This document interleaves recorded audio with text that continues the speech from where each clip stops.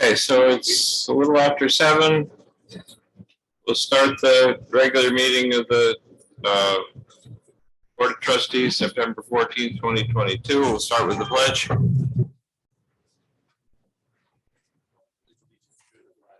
Of the United States of America, and to the republic for which it stands, one nation, under God, indivisible, with liberty and justice for all.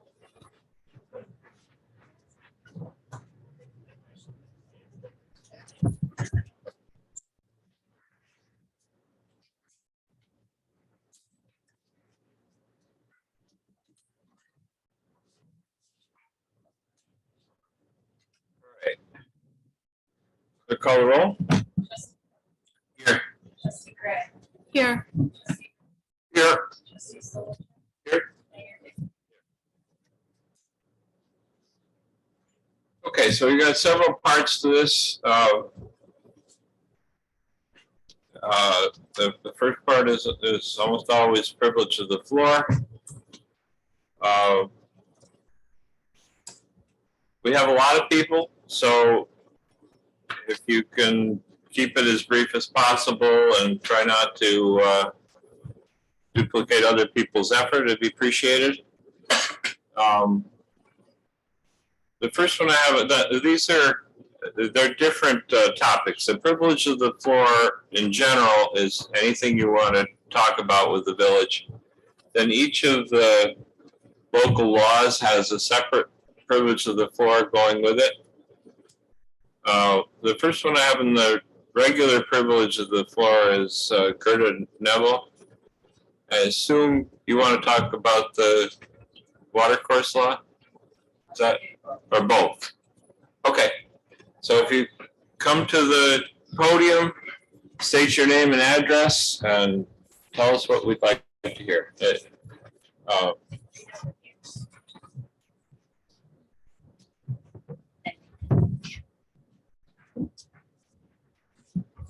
Several years ago, there was, my name is Gerda Neville. I live on Riverside Avenue with frontage on the river, creek, Reese's Creek.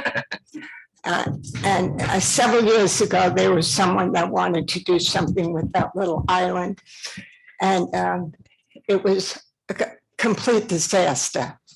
One thing, Scotia Village cannot tolerate having a lot of cars on the road, on the streets. It's difficult enough with our own population with multiple cars, but having other people come in, it's impossible. If there's an ambulance call, an ambulance can't get through on Tenbrook or wherever the entrance is going to be. I don't know what is planned. It's a surprise, but that brings to mind that situation several years ago. It was a ridiculous thing. That island sinks or gets flooded in the springtime. And that's really all I wanted to say about that we've already gone through it once before. Thank you. Thank you. Dave Rosenberg. How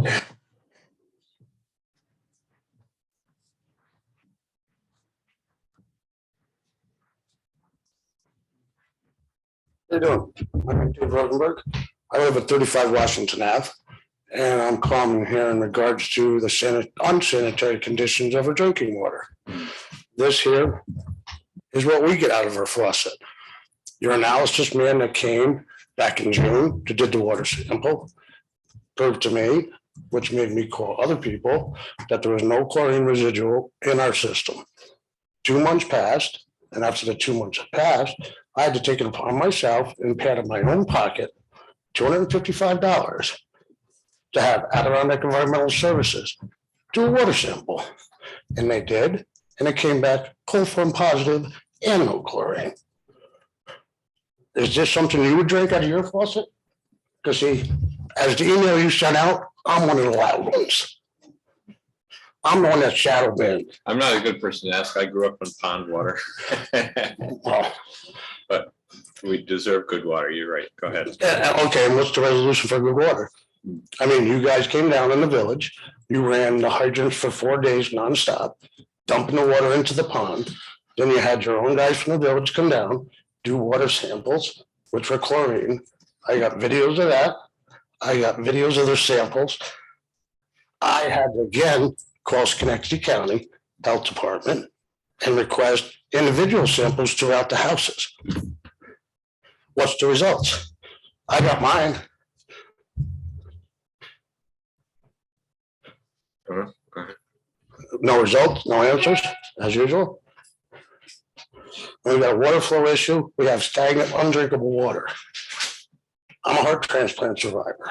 I pay for my water. I pay for my taxes. So do all the 33 people and the hundreds of thousands of people that go patrons of Jumpin' Jack, the park, the ball fields. And to you guys, it's not a big deal. This is something you yourself have known since you've taken office. And not once have you done anything to change that situation down there. We don't even have enough water to fight a fire. The dry hydrant don't work. Foam you can't spray on houses. What, I mean, is there a resolve, or again, is just gonna be just pushed off again as another, oh well? Because we're the forgotten in Scotia.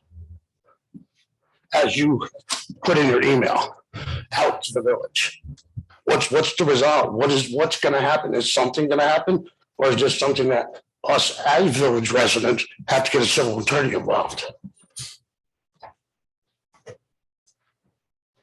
Don't know the answer, and it's not a back and forth, so.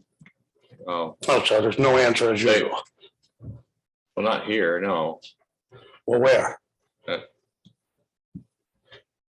Where would be the answer? You've gotten your point across. Is there anything else? Well, I'd like to know when we can expect an answer, not only to me, but all my neighbors. We have kids in there, we have newborns in there, we have people that are sick, they don't know why they're sick. We have some residents there that the relatives have died from contaminated water recently. You see things on TV about Camp Lejeune, that was 40 years ago. And we got water that's unsanitary and undrinkable. You guys come down and run 400,000 to 500,000 gallons into a pond and then do a chlorine sample, obviously it's gonna show chlorine. So at this point in time, we want to resolve. We're sick of hearing that, oh yeah, well, you're the 33 loud houses. Why? Because we want to pay, we're paying for something that we want to drink. And no, we can drink it. We don't want to be told by the village water department, run your water for 15, 20 minutes before you get a glass. We pay for that by a gallon.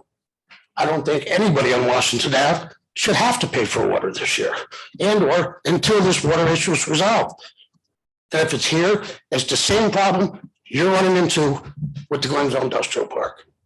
Low water pressure, insufficient suppression pressure.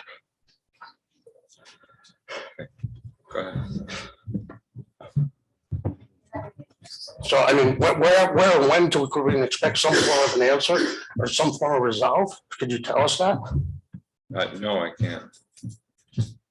There is a solution. There is.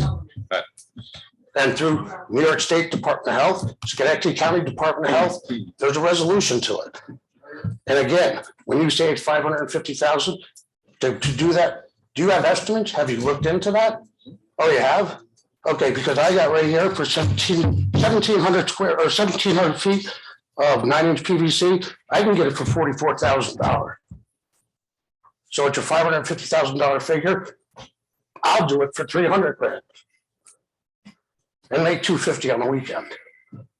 Or maybe our water department could do it.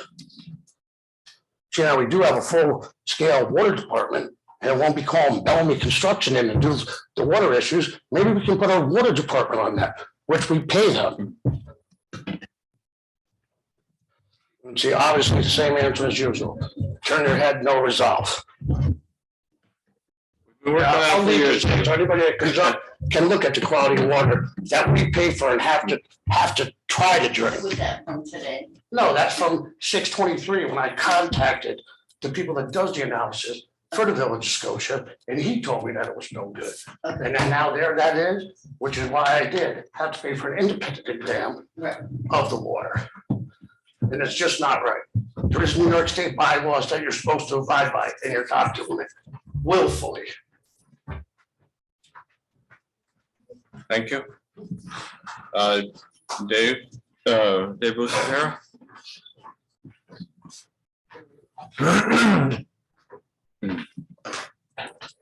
I'll read it so I don't go off on a tangent. My name is David Bucciafero, and as you know, I'm a tax-paying homeowner in the village of Scotia, residing at 323 Glen Avenue. And thanks for the opportunity to make a statement this evening. I want to start by saying these are not meant to be insulting, derogatory, or trying to cause issues.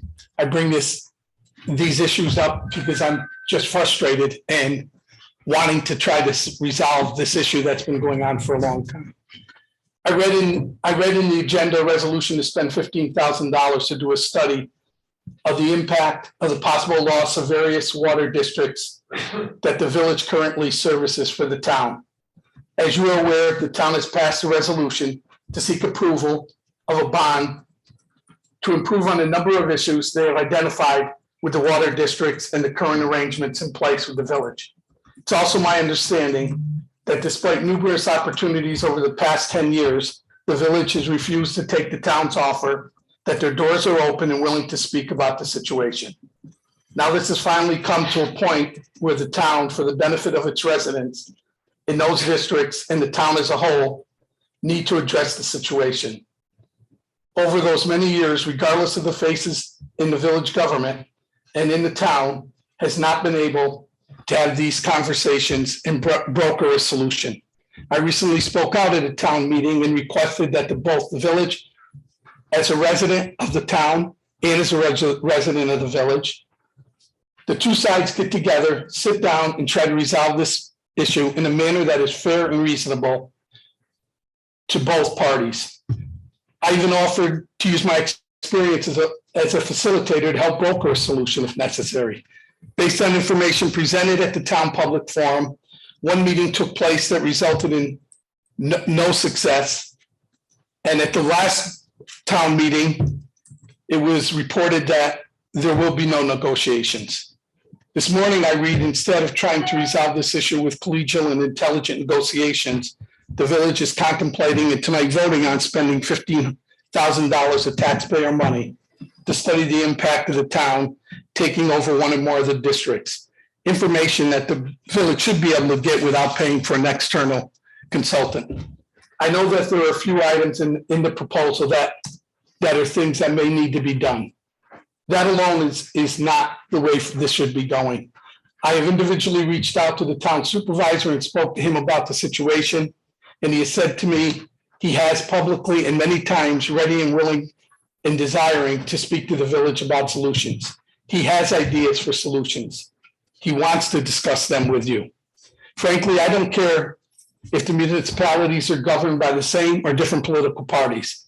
This is not a political party issue. This is about the taxpayers, non-taxpayers, residents, as well as business owners of both communities. This is about governing for the people in not partisan manner and not with personal biases in the way. Even the sole Democrat on the town board voted in favor of the bond resolution, recognizing this issue needs to be resolved for the town he represents. Although in his comments, he also called for the village and the town to come together and try to reach an agreement. So I offer to you again, before we spend $15,000 of taxpayer money, and whether it's grants or not, grants still do come from taxpayers, just a larger tax base, that you schedule a series of negotiations to resolve this before spending more taxpayer money. Let's see if those discussions can both identify any additional information you might need, or even with a novel idea that in taking you may be able to come to a solution with the information that they already have available. If you feel at that time you need more information, I'm more than supportive of you getting that. Speaking to the town first is the right thing to do. It's a logical thing to do. It's the most sensible thing to do. And if I was in your position, I would do that. Thanks again for the opportunity to speak. Thank you. Sue Green?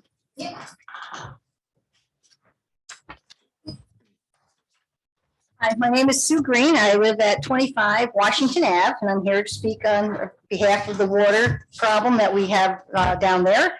Quite truthfully, I was quite irritated upon reading the letter, the mayor's letter that was sent out on September 7th.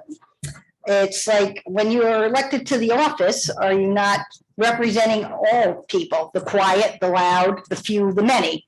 This is, you know, you're pinpointing a certain group, and I just find that not very professional, I guess. I think that, you know, you should not be putting in a public document criticizing a taxpayer for being concerned about the water that is supplied, and that could be adversely affecting themselves or perhaps others in the village. So, you know, it's a concern, and I'm very happy that somebody is willing to step up to the plate and put these concerns out to the public and make it be known. We need people like that to speak out. In the letter, you stated that it would cost $550,000 to loop the water that would solve the problem of pressure and the stagnant water, and that it was too much money to benefit only 33 houses. Well, I say it's 33 homes. And there's adults living in there, children, animals, pets, seniors, and we pay taxes on this, and we pay for this service. So I'm asking you, what is the magic number of money or people and homes that would justify the village spending this $550,000? And, you know, really, $550,000 is a drop in a bucket compared to what you're going to be spending on this new firehouse. You know, in the letter, you also state that you will continue to look for a solution. Well, in our neighborhood, we had a fire 2 years ago.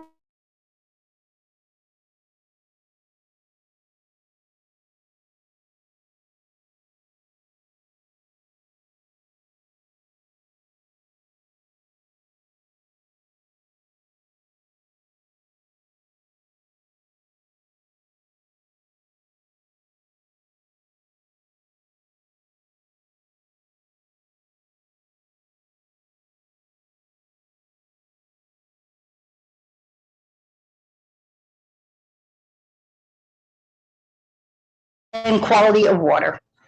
Thank you. Thank you.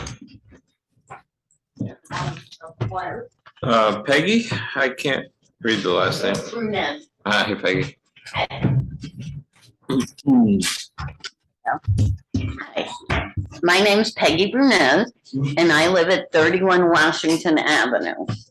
And my first question is, when and where do we go to get answers for all our questions? I don't know.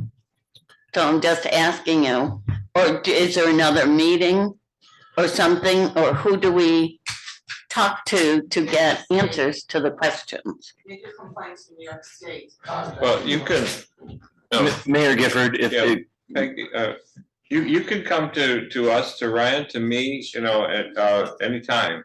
It just, this forum is for you to express yourself, not a question and answer, that's all. Okay. So, but you can petition the village anytime. You can come in, you can sit in my office and talk to me, you know, anytime. Okay. I didn't know. Anyway, I am very concerned about our water on Washington Avenue.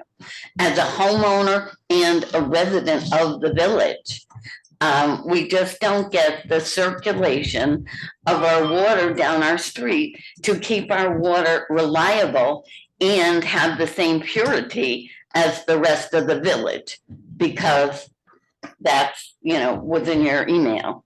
I have never had the water tested at my house in 42 years until the other day when our fabulous DPD, Department of Public Works, came and they ran the water outside for like 8 to 10 minutes. I don't know, I didn't time it.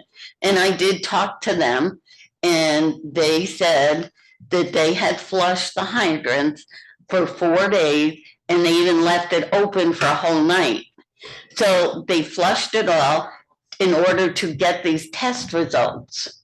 And they said, I don't even remember what mine was, 0.4 or 3.4. And they said, well, if you wanted higher numbers, you just have to let the water run longer and then the numbers would be better. And so I didn't know how long we need to run the water before it's safe. And I asked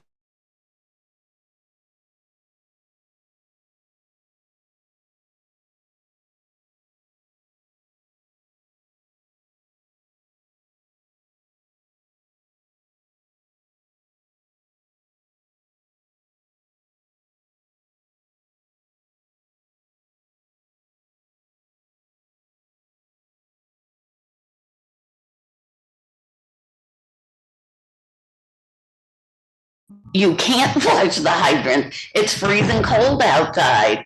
And, you know, if you need this circulation for our roads, then you can't do it in the winter. Or what happens if, you know, to the water during the winter, that it doesn't get flushed and it doesn't get needed. And I would also like to know if Jumpin' Jacks is on our dead end water, or the Turf Tavern, or even across the street at Glenn Sanders. The businesses, they all have the same water as we do, or maybe they don't have it. Maybe they have the pure water and we don't. And I agree, it's a lot of money to fix the problem, but everything costs a lot of money these days. Our bills and our taxes go up. And if I pay like $500 a year for our water and sewer bill, that's just the bill. That's just an estimate. I would have paid $21,000 for the 42 years I've lived there. And if you multiply that by 33 houses and 33 homes, that's a lot of money. And that we've already paid into and have been paying into for years. And we certainly paid our share for the Department of Public Works. And if you took away our money and our support for the village, I think then we might be noticed. If you don't have all our money, all our taxes, all our things for those 33 houses, is that what it takes to get noticed? You know, we just don't want to be left out. And like Sue said, and other people said, you know, the fire was 2 years ago. That fire was so upsetting, and not having the water and standing there, seeing them on the hoses, and then no water because they couldn't do it. So then we went to the fire department and we talked to them. And so they said they'd come up with a solution. Well, if they hook up to Sunnyside, well, they'll get another tank to hook that up to them, and then another truck to hook up to them to finally get to us. So how long is it going to take all those different fire departments to get to us to hook their lines up while something's burning? You know, it doesn't make sense, especially when we have all the hydrants on our road. So, and that's what I'd like to know, when our questions could be answered, or if we need to write them down. Or are you guys writing them down or taking concerns about what we got to say? So, and a lot of us have lived on that street for years and years, and we've had our kids, our grandkids, you know, people had their parents, you know, in 2-family houses, you know, it's families. And, you know, they come and visit, and my kids come and visit, and I've had kids that I babysat for, you know, it's like, there's a lot of people. So I think each and every one of us are important. So, and that's what I'd like to say. And I would like to know, if we wrote down all our questions, where do we submit it to? Do we submit it to you? You certainly can. Okay. I mean, we've been through all these before, so it's not new. The what? But we've been through all the issue many times. It's not new. Okay. but. And then in your letter, you said all these houses are tested. Where are they tested in the village? Do you have certain areas and houses and stuff that you test from? No, it's random. Huh? It's random. It's random. Yeah. Okay, can we put our houses in there to be tested? I'm sure they are. I don't know. I've been there for 42 years. Nobody's come and knocked on my door and said, we want to test your water. Or my neighbors, that you know, it's like, so that's why, you know, I have a lot of questions. And if we are going to be tested now on a regular basis, so that's what I'd like to know. Okay. And if you want us all to write down these questions, we can. And submit them to you and. If you, Thank you. I'm speaking for myself, but if you have someone who has a computer who can put them in email, all of our emails are on the village website. If you copy all 5 of us on that email, you know, we're obviously, some of this is what I'm hearing for the first time, so I want to have. Oh, yeah, please. Thank you. So, You're welcome. yeah. So you will answer our questions then? Yes, If we email them yes, to the board or to the mayor yes. and everybody If gets you could it? get all 5 of us, that'd be great. And, you know, that's our job, is to work together with the mayor to answer the questions for the village residents. Okay, thank you very much. Thank you, Peggy. You're welcome. Mark Pickler?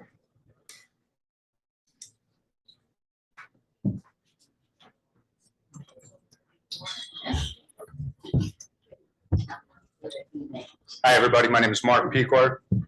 I live at 8 Irving Road here in the village. I'm here to put on record the ongoing and unreasonable response by our police department to non-emergency calls and to highlight a real lack of integrity. First, I will give you just a few examples of the unreasonable responses we have experienced. In one instance, 2 cops responded to a noise complaint in the middle of the day. The complaint was issued over a 5-inch speaker by a neighbor that was watching and listening to us through her security camera while we worked in our backyard. We were told to turn the volume down. At a later date,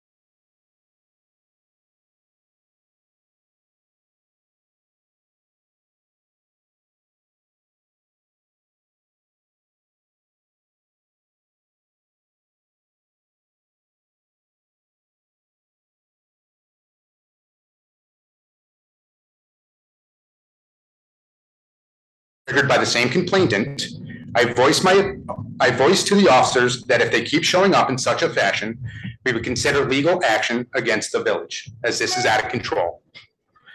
In spiteful response to this, the one officer at my house, Officer Spalding, said, and I'll paraphrase, "If you believe the police response was unfounded and want to take action against the village, it's important to know that I have the power to find violations." The officer proceeded to tell me he could find DOT violations and stop my contractor from working. He could shut him down. When asked if this was a threat, he responded, "I'm not threatening you. No. I'm saying if you're going to sue the village that this is unfounded, like there's stuff here. I'm not threatening you." I assure you all this was a threat, and it was loud and clear. If you're going to charge the police department with providing inadequate services, the police will find ways to retaliate. I will provide a video of this interaction to the police chief. Retaliate. This officer did just that. After the contractor, a local business owner, was told by the police to move his vehicle, he discussed with the officers that he was going to the local gas station to add air to his tires. Officer Spalding waited for him to leave. He then followed him and pulled him over. This was not to protect and serve. This was not to protect and serve. This officer targeted my contractor with the intent of delaying the work at my house. Abuses of power like this should be met with an investigation and subsequent termination. This is not the integrity that we demand from our police department. This village has failed us time and time again. The board, the building inspector, the mayor, and now officially the police department. I come from a family of law enforcement. I love our first responders. When did that occur? Today, I tried to leave you a voicemail, but your voicemail box was full. Well, guess what? Professionalism. If I can't get back to you right away, there's a reason for that, because I'm a very busy person, okay? I intend to. This is my privilege of the floor, sir. Okay. I'm just letting you This is my privilege of the floor. Thank you. Speak on something, speak the whole transparent truth, You'll get the video. okay? I'll repeat myself. This village has failed us time and time again. The board, the building inspector, the mayor, and officially the police department. All we wanted to do is better our home and in turn better the village.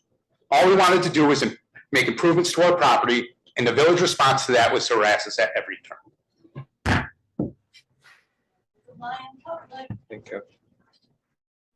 Alex?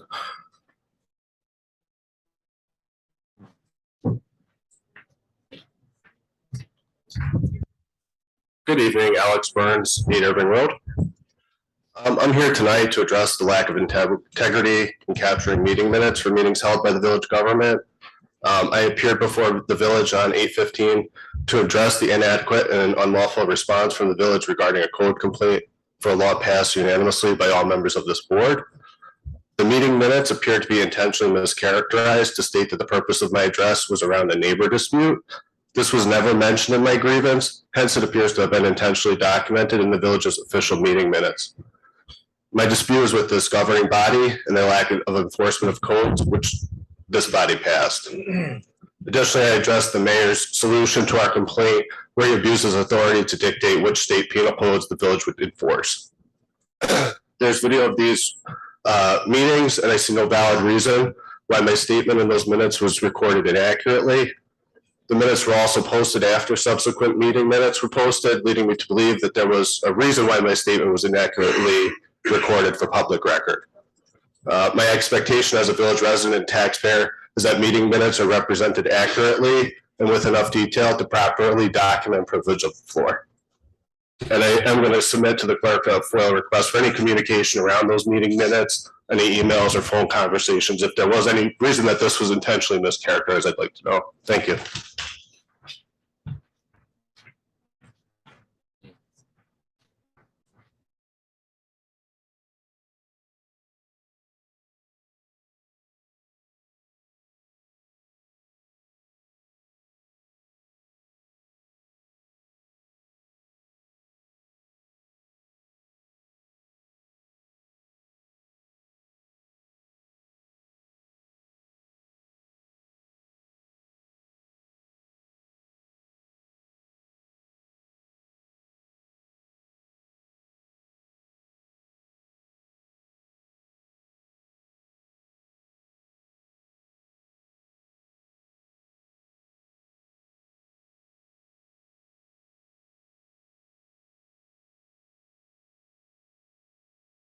On us.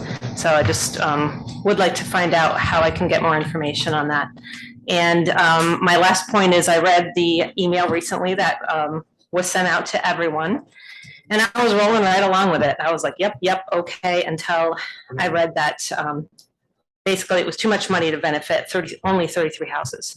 That something to the effect that we're such a small fraction of the community that it wouldn't be worth the expense. So I would propose that if we are such a small fraction of our community, then a full refund of our water bill would not hurt the budget at all, since we are such a minor portion of the community. Thank you. That's it.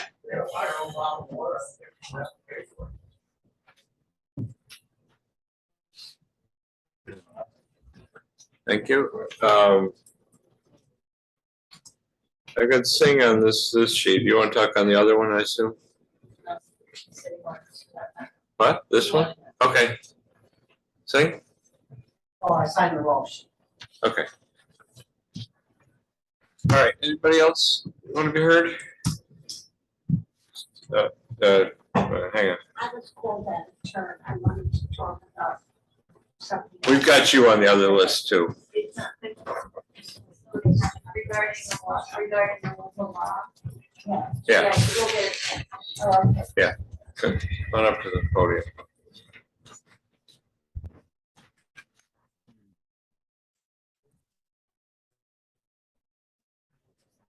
Good evening, I'm Steve Urbanski. I live at 11 Riverside Place. All right, I own the Urbanski Farm. It's concerning the laws of erosion on Reese Creek. I've lived in town for 65 years. I've seen where the islands, you could run a boat down through there with a 40 horsepower motor. And now you can't do that because it's all filled in now. It is not eroding. We do have erosion at the end of South Tenbrook Street from the storm drains that need to be addressed. All right, Reese Creek is a non-moving body of water, and you've only addressed it from Glenn Sanders' mansion down to the Flint House. All right, Reese Creek used to run clear into the Mohawk. All right, that was one of the 4 islands. If you look in the post office, you'll see that there's 4 islands there.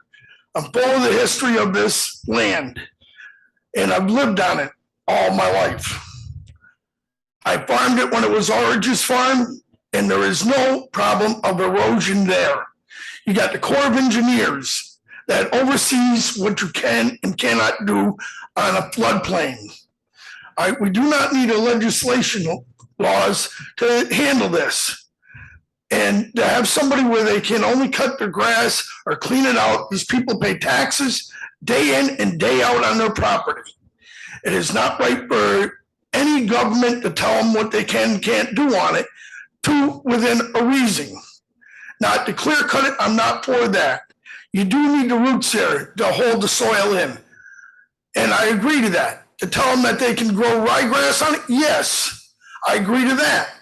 But they should be able to have a set of stairs to go down and enjoy their private property and launch a boat if they want to row a boat or have a dock there or what have you. And this is part of this community. Another thing I'm going to kick off on, I pretty much said that, is that the village is going to try passing this law into it. And I've seen where the town has jumped on board. Now that's going to affect me big time. Telling me what I can, if trees come down, I've seen it happen. And I'm not for this at all. I'm opposed to this law that you are bringing up because I've seen where the Flint House Road is village property, but the town as a park put it as a speed limit signs on it and posted it all. All right, so I know they both work together and I'm not for jumping on one bandwagon to another. Because on the farm, I'm not coming up to you guys and say, hey, I got a tree down. I get 20, 30 of them a year down there. All right. I'm not going to go down there and clear cut it. And neither are these other people going to do it. They're going to have to grow grass to hold it. The thing that I'm trying to say is give some of the residents some common sense that they should have. Now, with that being said, I might have a little solution to bail you out. I worked at Adirondack Beverages for 47 years. All right, for your water problem at the end of Washington Avenue that I was listening to that I was not aware of. And it would be a cheaper route, but I couldn't get you the pressure. All right, unless you built another pump, which would cost you $8,000 for the pumps, because I know the prices of them, that would actually jack up your pressure. But you could have also a micro filter that would be a million microns that you could have changed out on a weekly basis, which would cost you about $25 a week to get a Band-Aid on this program to help satisfy these people. All right, chlorine problem is another thing too. You could run another line coming in off of Sunnyside Road. All right, coming straight down to make your loop so it's not a dead end. These are just foods for thought for you. Thank you for your time. Thanks, Steve.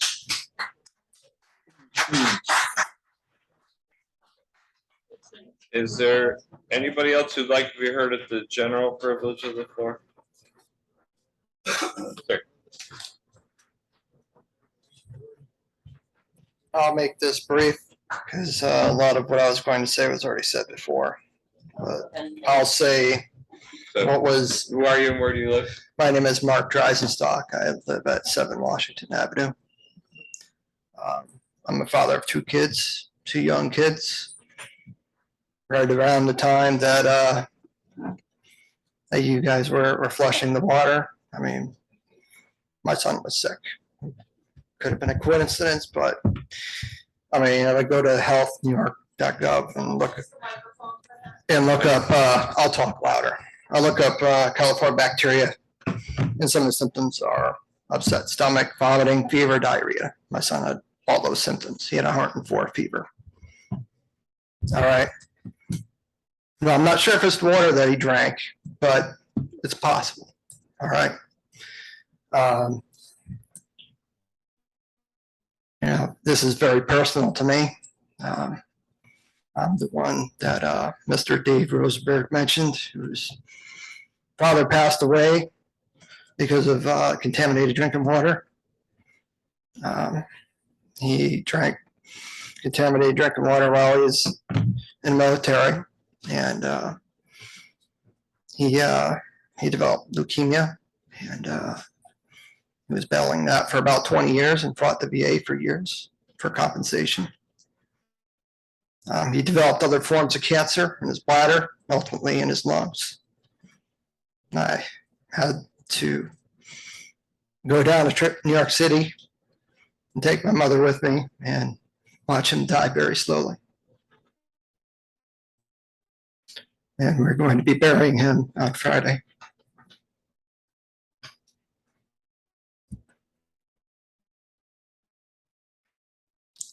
So, I mean, your apathetic words towards public safety and health and non-concern for wellness and safety of residents in Washington Avenue and wherever else the water is unsafe to drink is very disturbing.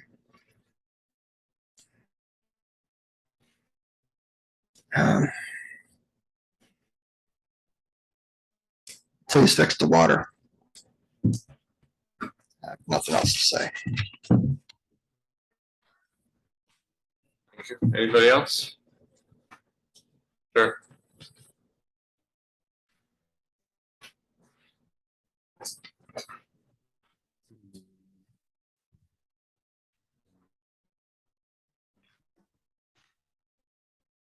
Hello, my name is Gwen Palmatier and I reside at 10 Irving Road in Scotia. I was not going to speak and I've stayed out of this for a very long time, but because I was present here when my neighbors have spoke again, I feel that it's important that since my neighbor issue has become public record, that I speak some truths about what I have experienced as the resident at the hands of those neighbors that spoke from who live at 8 Irving. In the most recent times, I have been spat at, and not little spits, I'm talking about hawking giant loogie gobs of spit at me while I'm sitting on my porch by that gentleman, Mark Pecor, and his partner, Alex Burns. I have been screamed at when I attempted to pull the weeds on that side of my property. And I'm not talking about the part of the property that's been in question along the fence. I'm talking about in the front of my property. And by screamed at, I mean the gentleman flew out of his house. I jumped because I heard the door. I actually record when I'm outside because of this sort of thing, but on that particular night, I just wasn't thinking of it. And they came out, or Mark came out screaming at me at the top of his lungs, threatening to have me arrested because I had gotten a speck of dirt on his driveway while pulling the weeds, which are on my property. No dirt was on his property. This continued harassment has resulted in other actions that I can't speak of currently that actually involve so high up that it's it's an issue of my safety and my daughter's safety. I have a 6-year-old who is afraid of our neighbors now. They used to be nice to us. To catch you all up on the case you haven't been following, they don't like the fence that I put in. It's a lovely fence. And they believe that my backyard is theirs. And they have been not only harassing me, but also the Village of Scotia to get them to remove my fence. But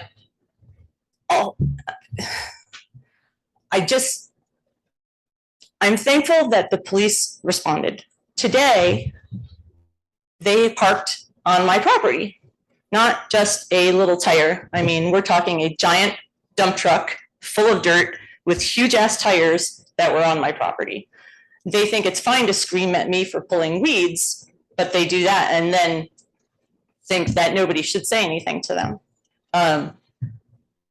The main part is I feel sometimes unsafe in my home. I feel scared to open the windows on that border on their side of the property because I'm afraid that they're going to throw something in them or they used to scream through my windows. It's unsettling. I had to leave work today in order to come home to be there when this was happening today. Yes, the police did respond with 3 vehicles. I did not know that. I had already spoken with Chief Harrigan and I had told them to just call me. But apparently the officers, I did get Officer Bean's phone calls. He did try to call me, but my phone never rang and it went right to voicemail. And I got that like maybe 2 hours after he left. But I want it on record that this is not just like, I'm not calling the police on them because of some little thing. This is ongoing harassment that I have been experiencing because at the start date of March 25th, when I was supposed to have my fence installed, they parked their car in the backyard on the property line, threatened the fencing company so badly that the fencing company will not come back. And they won't even talk to me.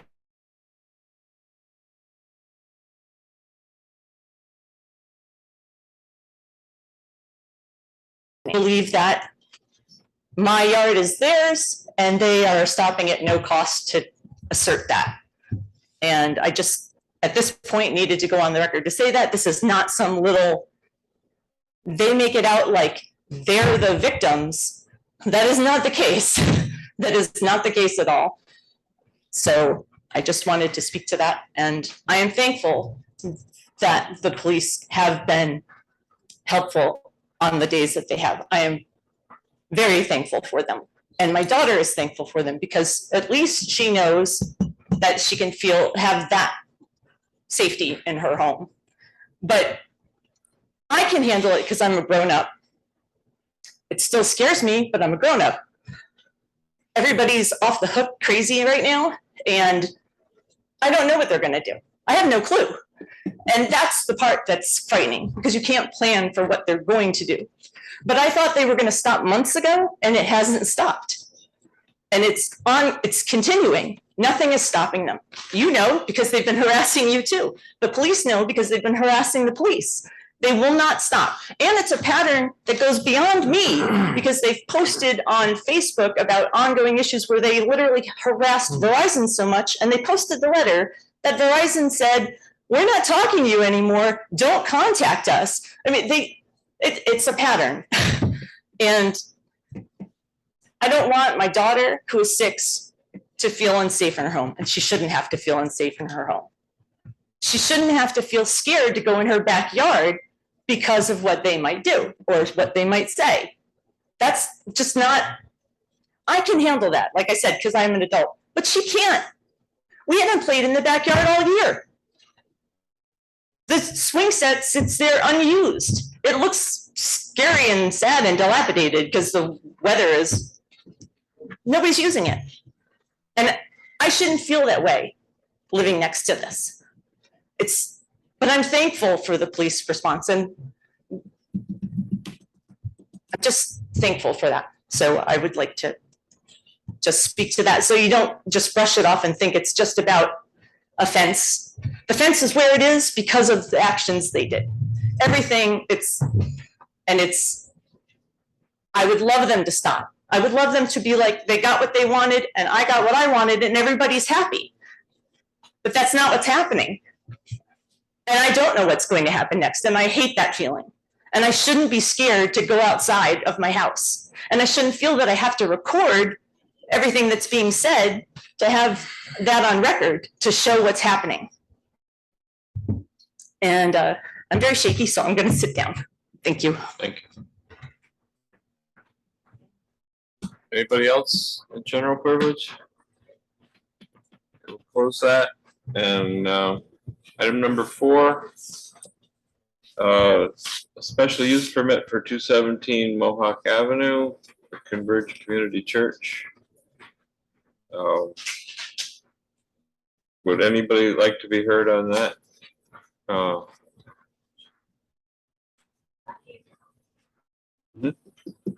Okay, so I'm gonna close that. They like to move the seeker action on the special use permit. I'd like to make a motion to move forward with the special use permit for 217 Mohawk Ave. Converge Community Seeker first. The seeker for 217 Mohawk Ave, Converge Community Church. A second? I'll second. All in favor? Aye. Opposed? Move the special use permit. I'd like to make a motion to move the special use permit for 217 Mohawk Ave, Converge Community Church so that they can begin rejuvenating the facility on the outside. A second? I'll second it. All in favor? Aye. What about the pigeons? There was a joke at the bid meeting about an eviction notice must be given for the pigeons currently residing there, but I think everyone on Mohawk Ave, as well as the true residents of Converge Community Church, will be happy that the pigeons are going to fly the coop. Okay. Thank you. Item number 5, local law 2022D relating to watercourse protection.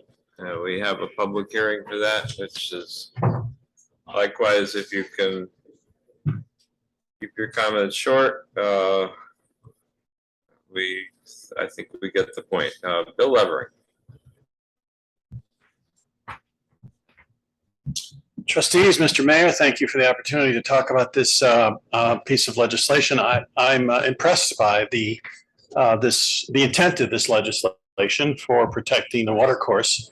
I do want to point out that this legislation is for an area in the village of Scotia that's about 5 blocks long. So it is a little curious that you have a rather extensive piece of legislation for 5 blocks, but it is along a particular part. For true disclosure, I live in Niskayuna, but I found it was too urban for me. So I bought a little place on the river so that I could have a nice setting to launch my kayaks and to hang out every once in a while.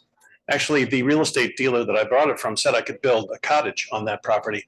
That was just completely wrong. But it's a nice place to hang out, and I have some stairs there and a little kayak place, and I hope to continue there. I call your attention and encourage you to table this legislation to deal with a few of the technicalities that make it problematic.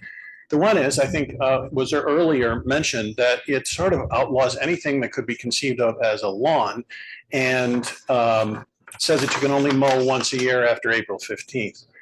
You know, I think if there's anything about the village of Scotia, it is the wonder and majesty and beauty of their lawns. You got the Glenn Sanders lawn, you got the Jumpin' Jacks lawn, you got the lawn that's big in all the parks. And I think it's a characteristic of the place. And to say that we're not interested in lawns that happen to be a particular thing, I think goes against the character of what Scotia is all about. And I would consider to you, I would recommend that you table this to take action about that. The other problematic thing is that if you look at what's actually there along the river in what is referred to here, that there are lawns and there are garages and there are steps, and none of those, there is no provision in this legislation for pre-existing buildings. So there is no grandfather clause here. There is no, if it's already there, you can take it away. There is talking about modifying a pre-existing condition building, but there is no specific grandfather clausing for any of the landscaping or any of the structures that are there already. If I had a nice structure on that stretch, I would be alarmed that it wasn't specifically taken away. Yeah. Sorry. Maybe not. So as I was saying, I also want to talk about how it sounds like you have a lot of priorities.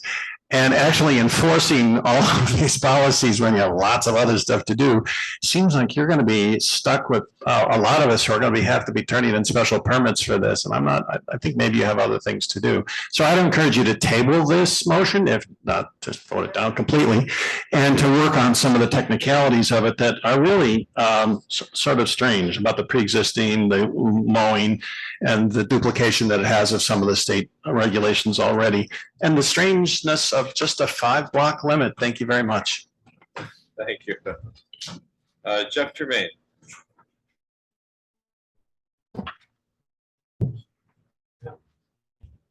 Hello, Mr. Mayor, trustees, community.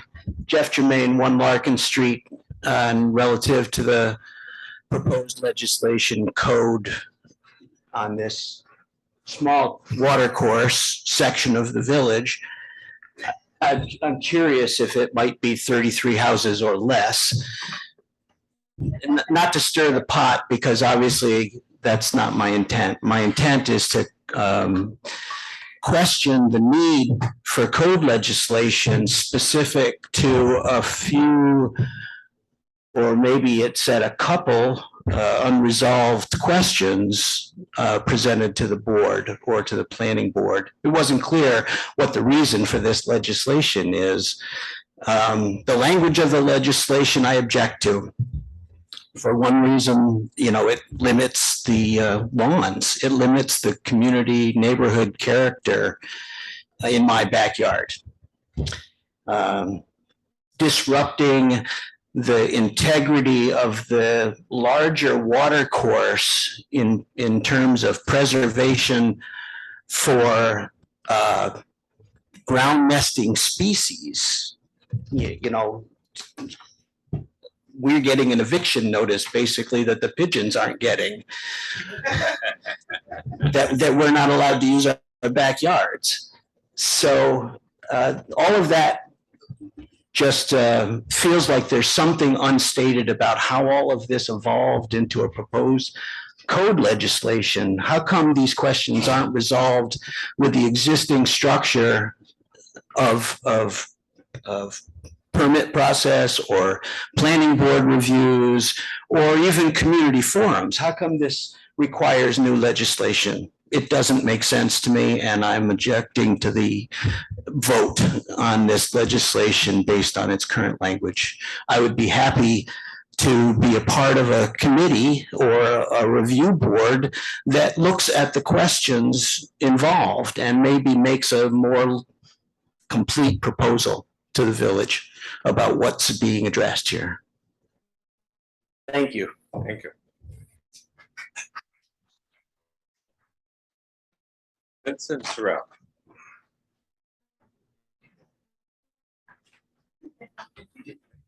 Good evening. Thank you for allowing me this opportunity to speak tonight. I was rather upset when this was delivered to my house, on my property. I own a substantial plot of land on Reese's Creek. I also own part of Reese's Creek, as does Mr. Jermaine. The proposed legislation begins by saying, to protect public health and safety and to minimize the risk to existing development, investment in public infrastructure, the Village of Scotia seeks to promote the protection of natural systems that exist within the community that reduce flood risk. To me, this sounds like this is saying that our properties and our houses that we love and maintain all along Reese's Creek are now suddenly a threat to the village. That's demonstrably false. There is no danger. And like the other gentleman pointed out, there is no erosion problems. There is no flooding problems. We're not in a floodplain.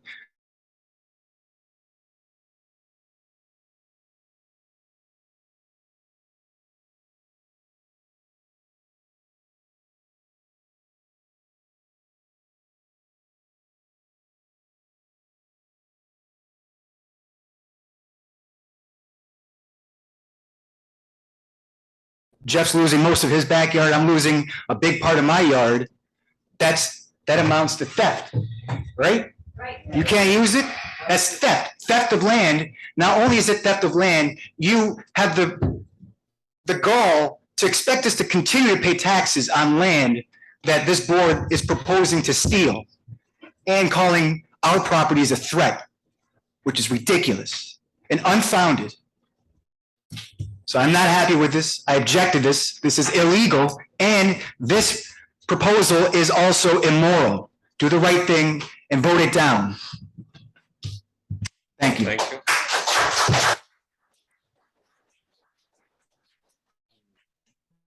Audrey Hanley? Doctor? No? Kevin? We can't hear you in the back here. Sorry.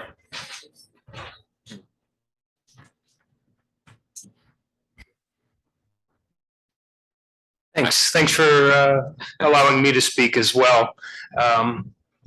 Like the Reverend Doctor, I really do support the goals that are stated. And so I think that's where I wanted to start, is that it's a good goal. But I'd like every member of the board who is going to be voting to consider, have they really considered each impact of the specific legislation? Perhaps there is time for more discussion. Perhaps there is really time for understanding of things that might not have been known before tonight.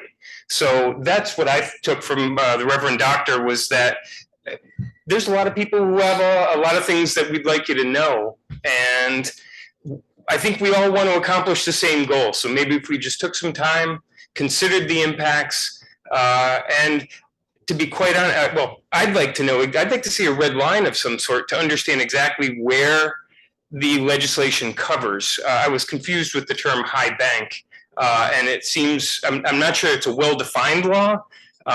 And so I think with a little just public input, a little time and consideration, I think we could arrive at the goals that everybody seems to support in a way that maybe considers the impacts differently. So I just want to thank you and thank everybody. Thanks. Phil and Karen Shaw. Hi. Hi there, my name is Phil Shaw. I'm here with my wife Karen. We live at 109 Sanders, but our back end is right up against the river. I don't want to repeat what everyone else has said, but yes. What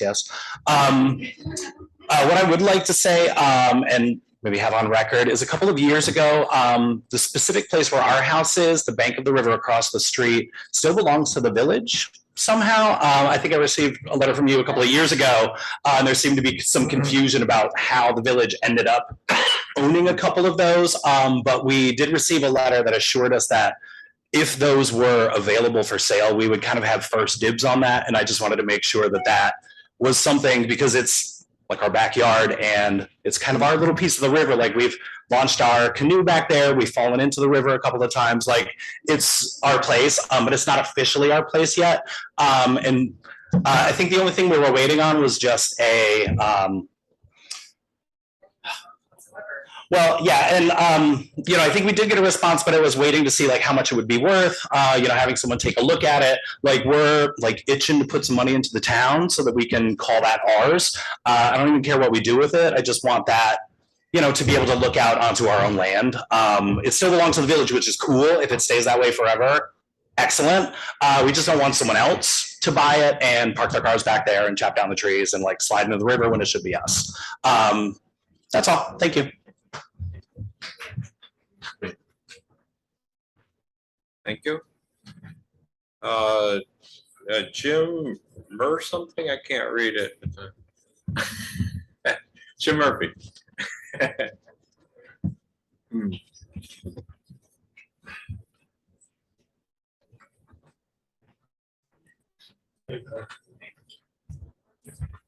Yeah, I live on, my name's Jim Murphy, I live at 207 Riverside, which goes right down into Reese's Creek. We do not have any lawn. We have jewelweed. So we have lots and lots of jewel weed that if anyone is willing to pick it, they can have it. But I would like to say that I agree. I think that there is really very little reason I see to pass a law, since the existing laws seem to be able to contain all those kind of issues, the issues of keeping the creek okay and make sure there's no more pollution. I think that's a good idea.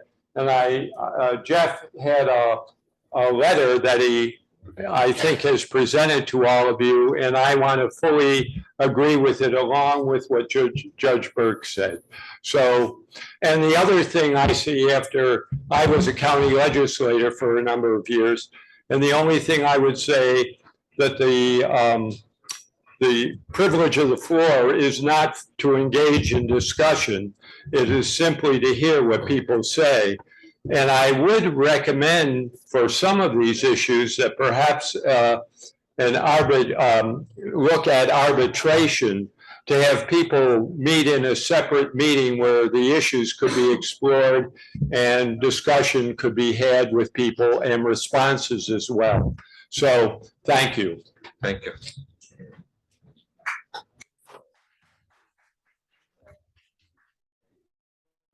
Gerda, do you want another shot at it? You okay? No, it's all going in a different direction than I thought. I thought that there was some talk that they were trying to do something with that island. And I'm getting the feeling that they're not doing anything with the island. So if they're not doing anything with the island, it's not going to attract a lot of people here. Many years ago, there was an amusement park on the island, and the trolley came from Schenectady and left off a couple of hundred people, I suppose, to go on the amusements and so on, which was great. But now that went out of business because people got cars, and we can't have those cars on our streets because we don't have room for them. And that was my point. Thank you. Thank you. Okay, Singh, you want to speak? Okay. Anybody else? Sure.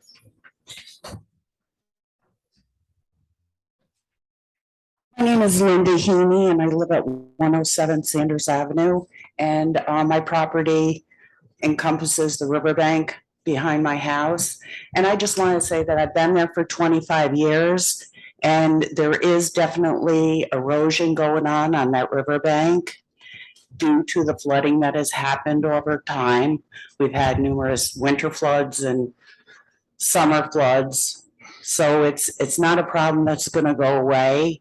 I think that there needs to be more input and a solution coming with the legislation that you guys are trying to pass. If there's some type of committee to get together to make it move forward, that would be great. But to say that there's no erosion, no, there is. And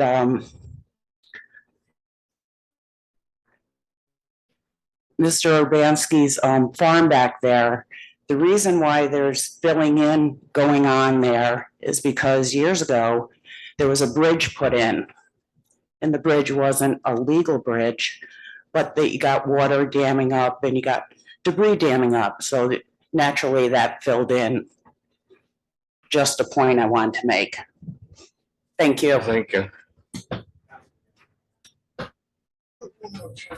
Sure, Steve.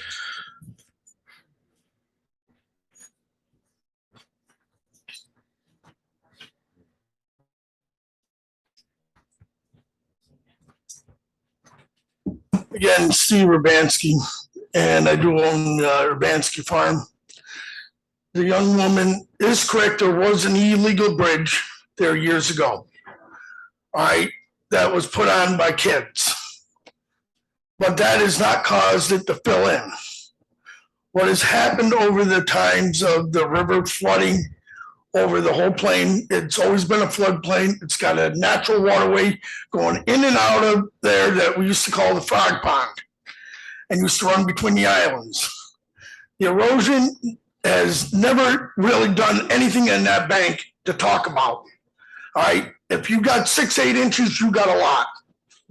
I won't say it didn't totally erode, but that's where I'm coming from. The reason that it filled in is because the Mohawk River has got a mud bottom and it does flood.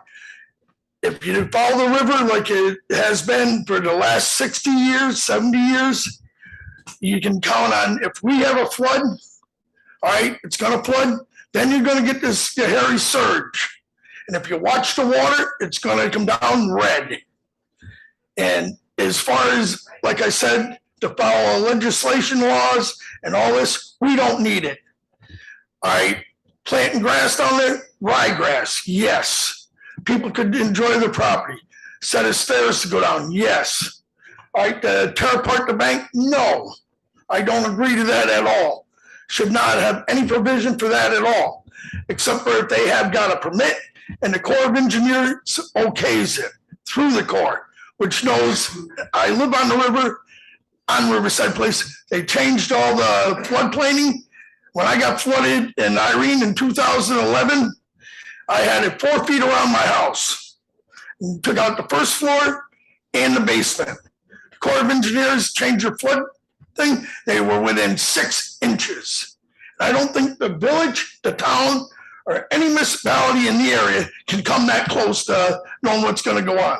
Same thing as if Gilboa Dam breaks, it's going to flood all up to the First National Bank's parking lot. Every house from Mohawk Avenue down is gone. So as far as flooding, let's stick with the Corps of Engineers and listen to what they have to say. And I think this legislation stuff should be just thrown out and that's it. Thank you.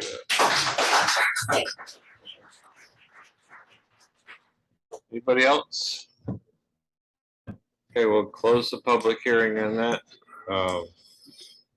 Would anybody like to move local law 2022D? Mayor Gifford, I'd actually like to move to table the law, but if I could have the ability to speak.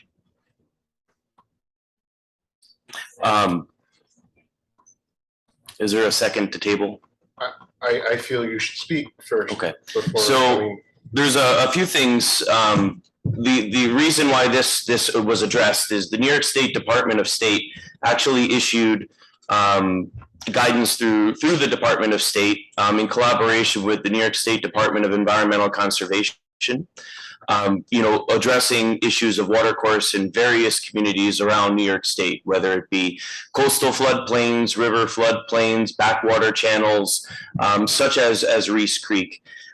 With the reality that erosion as flooding continues to happen, as it's quite known, unprotected riverbanks become incredibly susceptible to the impacts of that. You'll notice the portions of the public riverbank from Jumping Jacks down to the Burr Bridge is actually reinforced with concrete embedded into the riverbank, and that is actually there to prevent erosion so that Freedom Park as well as Shawnee Avenue doesn't end up becoming compromised. The reason why in that law, the portion only deals with that 5 blocks is because the rest of the Scotia River Bank is reinforced accordingly. Those 5 blocks are actually the only parcels in the village. So actually the parts beyond the Flint House actually fall out of the jurisdiction of the village of Scotia altogether. And we therefore cannot provide any legislation to govern that. I want to personally thank everyone for coming out, not only tonight, but also in the numerous emails that the board has received with thoughtful feedback and consideration.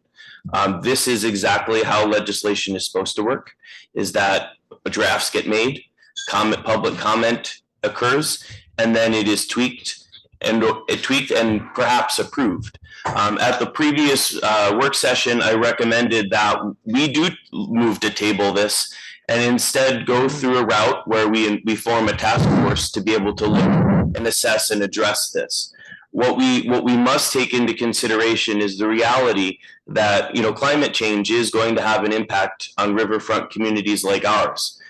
You simply see it even with stormwater. the last, and below the avenue, being close to that and where all the storm drains go into Reese Creek, you're going to see more and more pooling on roadways, and you perhaps could see more and more flooding of Reese Creek.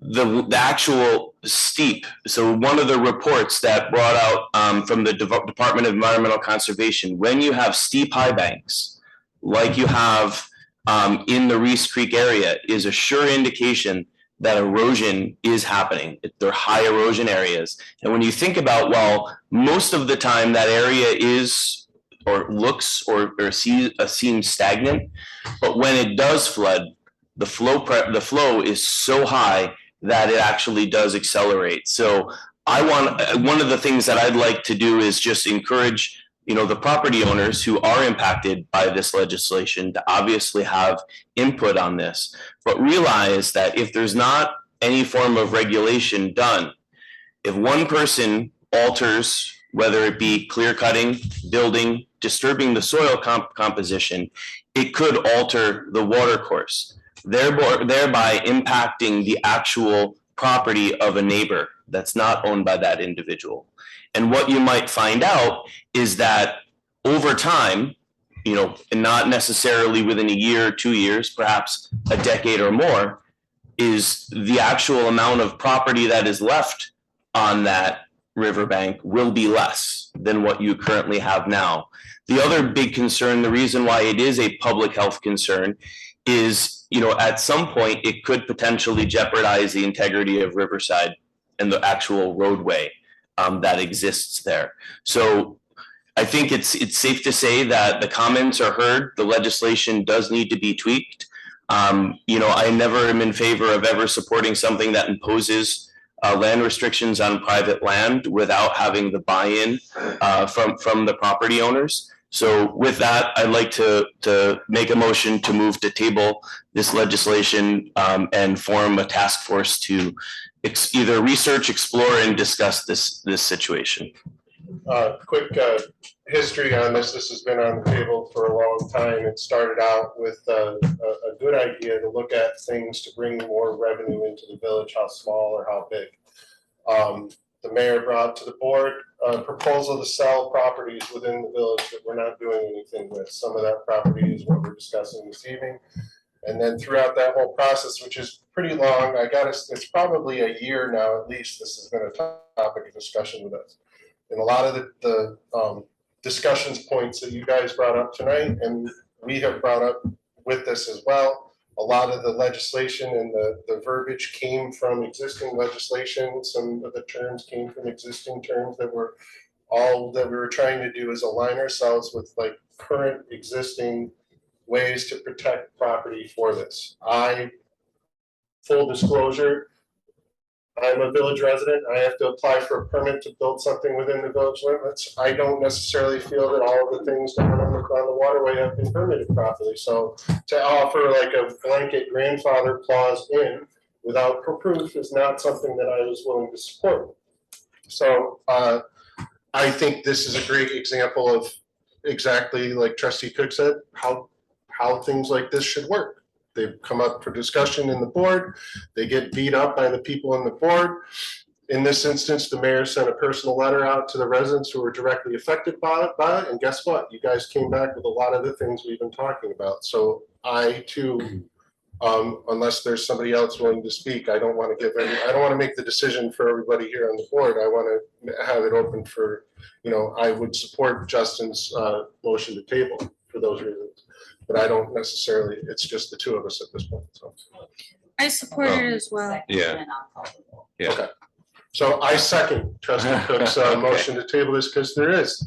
And again, it's the way things should work. It's good to pay attention to things like this. So. Thank you. Call the roll. Trustee Cook. Yes. Trustee Gray. Yes. Trustee Rizzo. Yes. Trustee Soldier. Yes to table. Mayor Gifford. Yes. So I just one more thing. My time here is limited, but I don't really have the stomach to talk about this much anymore. I would rather have it die then be tabled, but, let's, anyway.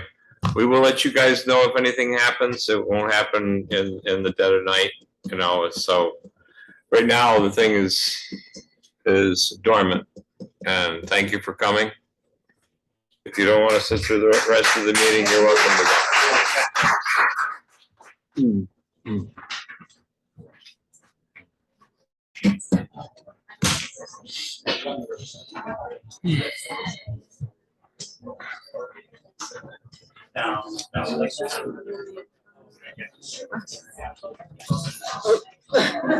I was trying to figure out.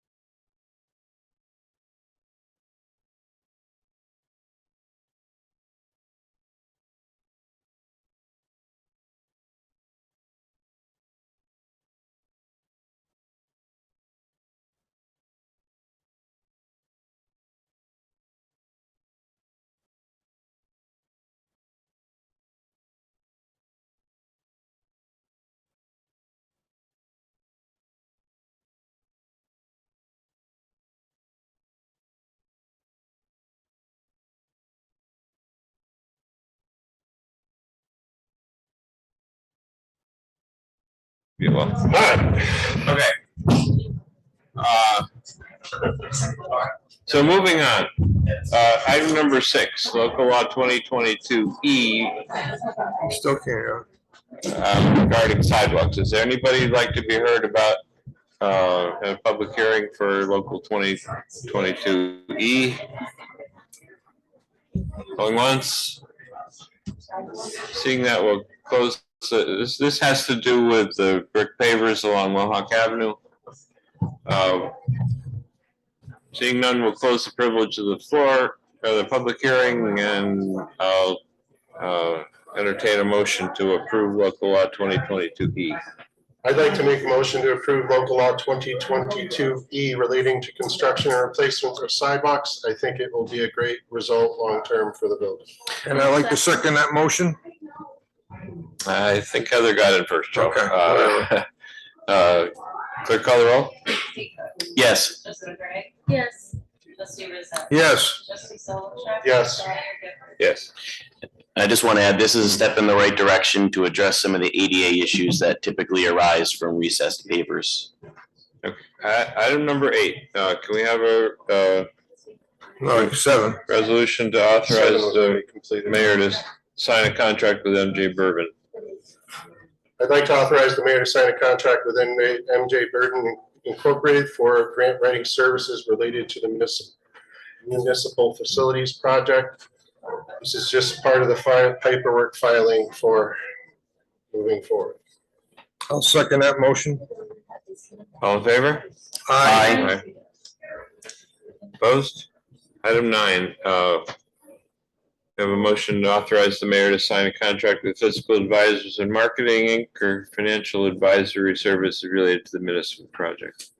I'd like to make a motion to table that discussion, not having the ability to discuss it a little bit further. There was a point brought up tonight about discussing with the town. This is, No. this is, fiscal advisors. Oh, my This is for apologies. our van. I'll make. It's like, Now, this one I do. I authorize the mayor to sign a contract. I make a motion to authorize the mayor to sign a contract with Fiscal Advisors and Marketing Incorporated for financial advisory services related to municipal facility project. Again, it's just paperwork to make sure that we are doing things correctly and officially. I'll second that motion. All in favor? Aye. Aye. Opposed? Item 10, can we have a, I'd like to authorize the mayor to sign an amendment number 1 to H2M Architects and Engineers to engage geotechnical engineer related to municipal facilities project.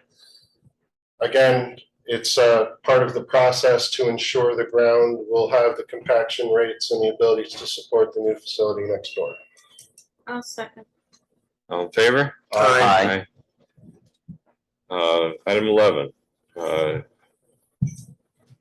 This is the one I. So this is the one with the water study? Table. So it should be a motion, a second, then discussion. Okay. I'll make a motion to table this for further discussion. There are certain unanswered questions in this regard with this agreement and its intent, and obviously the process of getting here. Just as public record, the person who spoke before did not disclose that he is a political candidate for the Village of Scotia mayor seat, and I don't think we can afford to wait with this, George. I still have no idea what that's going to give us. We haven't discussed it. The first time we saw it was in an email. And I'll second. I mean, we've had a preliminary talk with the supervisor, the mayor, and I just think there's a lot of unknown at this juncture to steam ahead with it. So I would ask to table it as well. I agree. So I don't disagree with tabling it, but one thing that is, I actually had the opportunity to review the Glenville Town's engineering report with regards to the water system upgrades within the sewer districts on the village water. And part of being able to make an informed decision regarding what's in the best interest of the village, village residents, as well as town residents on village water.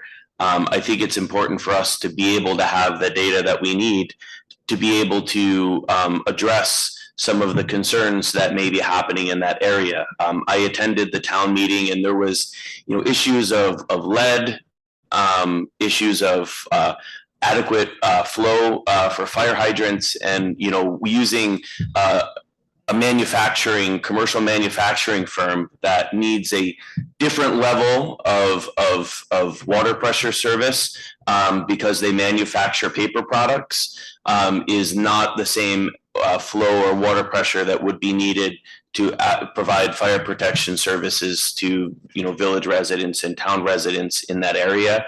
And I think to be able to have our engineer do an assessment is important when we go into negotiating with the town, or else we're going to be making decisions that may not necessarily be informed. Or in the best interest. Or in the best interest of village and town residents, because in the town engineering report, it does mention that, taking those water districts off of the village residents would create an increase in user cost for town residents. So again, all this will be disclosed in having an engineering firm be able to assess our water infrastructure. It might also be able to address some of the concerns that residents may have on the Washington Ave area. I do support the need for us to apply for grants and look to resolve that issue. So I will motion to table, but I expect and request that this come up at the next work session so that we can begin to prepare for our own conversations with the town of Glenville. And I expect those, conversations and negotiations to occur and to be fruitful. So They already occurred. except Just to be, we did have. if we don't have the study in hand, we don't know what we're talking about. And the I think to George's point and to my point, I would like a little bit more information about what the study, a little bit more time to be able to understand what this study is going to address. So that we also then can turn around and better communicate what this study will address to the village residents and town residents on village water. So I'll second the motion to table. I think I already seconded. I think it's fourth already. Clerk call the roll. Trustee Coe. Yes, to table. Trustee Gray. Yes, to table. Trustee Rizzo. Yes, table. Trustee Solichak.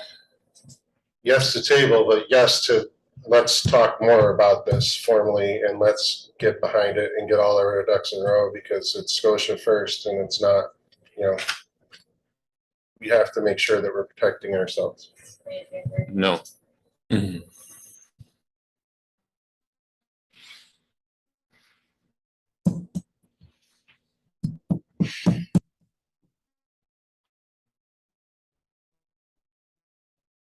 12, and we have let's see, what is this? Resolution authorizing the implementation and funding in first instance, 100% of federal aid and state. This is for the Sunnyside Bridge, correct? This is for the Sunnyside Bridge, correct? I don't think so. Marcus program? No. It's just regular transportation funds, right? So this is the design phase of Sunnyside Road Bridge, right? Yeah.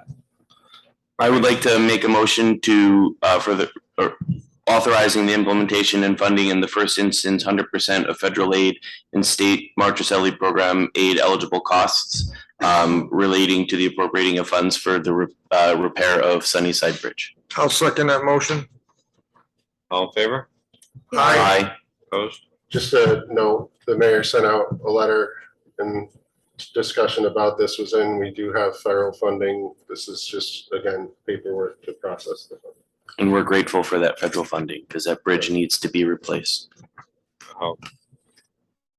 Item 13, we have a resolution to amend the budget for increase G 81304760 by 93,000, offset by G 2120. I'll make a motion to amend FY 21-22 budget, increase G 8130 by $93,000, offset by G 2120. I'll second. All in favor? Aye. Opposed? Item 14, we have a resolution to authorize the surplus of the fire department pickup truck. I'll make the motion for resolution to authorize the surplus of fire truck department equipment and vehicle. I'll second that motion. Was there any other equipment, or is that it, Dave? There was two cold water suits that are have no value. Two ice rescue suits that have no value. Okay. They're too old and leak. Plus the cold water suits. Where'd Chief Harrigan go? The person was someone outside. Oh, did we? There was no other discussion about this problem. Okay. Did we get a motion? Yes. And it was seconded by Mr. Rizzo, I believe. All in favor? Aye. Thank you. I'd like to make a resolution to approve street closure of South 10 Brook from Mohawk Avenue to First National Bank at Scotia Driveway on Saturday, October 8th from 10 a.m. to 10 p.m. for the tap room block party. I'll second. All in favor? Aye. Okay, item 16, here's comments to the board. So the pickup truck that we're surplusing, I spent many happy hours in that truck, but I'm happy to see it go. Not happy hours in the literal sense, happy hours in the moral definition. The paving of James and Catherine Street and Collins Street is supposed to happen next week. The paver was delayed a little bit, but they did some cleaning up of branches around last week, and so they're, it'll be nice to have those done. They're pretty rough. The Sunnyside Road Bridge, we got a message today from the state, which is sort of unclear, but they've got our red flags and then some, I think, right? And that they're not going to close it down immediately, but they may decide to close it down in 6 weeks. Our engineering progress is going on as fast as it can. So if they close it down before we're ready, people will suffer, but that's the only choice we really have.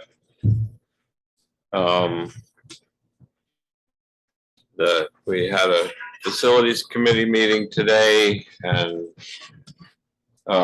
there will be posted tomorrow a summary on the website if anybody'd like to read that. But we're basically making incremental progress toward layout and design. Nothing to do with specifics yet, but general layout of things made some progress today. The question with the water, I want to talk a little bit about this. The board hasn't seen this, and I've been a little remiss in not talking about it, but we have been under attack from the town taking away our water accounts, and I feel strongly that we need to do whatever we can to protect that, or serve our people and customers. I don't.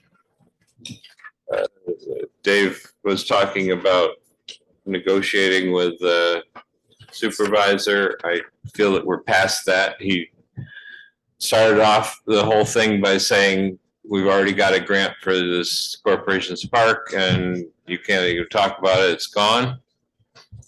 And the application for the rest of it is out there already.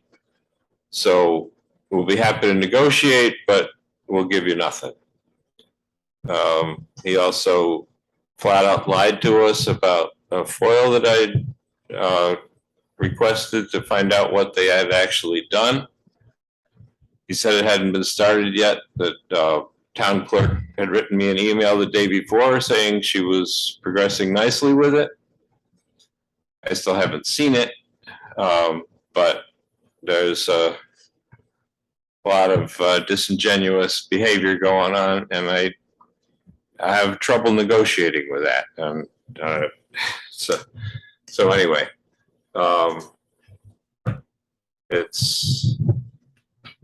they're basically trying to take grant money and use that to increase the town's capacity in water business. And it's unfair to the people of the town, it's unfair to the people of the village, and it's particularly unfair to the people of the country who really want those grants to go for something that needs to be done, not for something that isn't really needed at this point. Such a great statement, water business, because that's what it is. It's selling water from an aquifer that we all pull from. It's a water business. It's not water service. Yeah. It's producing more water to sell. And to sell to, people at Clifton Park who can get it someplace else. So anyway, sorry to rant. Correspondence, liaison, special committee reports. George? I don't, I'm going to say something I said. I continue to be surprised at a lot of the animosity that goes on, but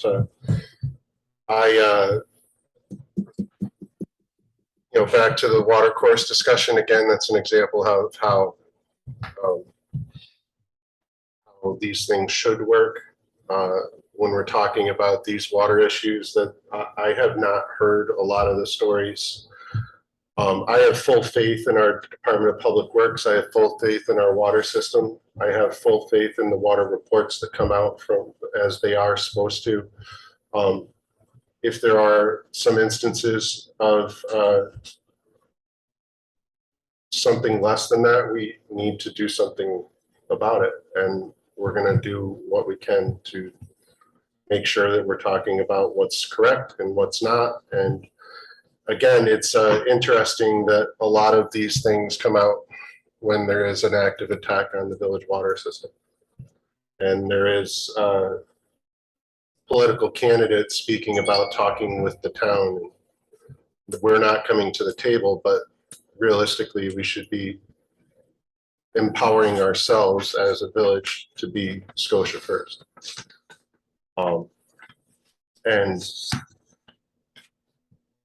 as I said, if you guys can get an email together about your water, if you can get it in, you know, if you have, I know a lot of people don't use email. Our phone numbers and emails are on the village website. If you can get it to all of us, because it's going to take all of us to get together to make a solution. So,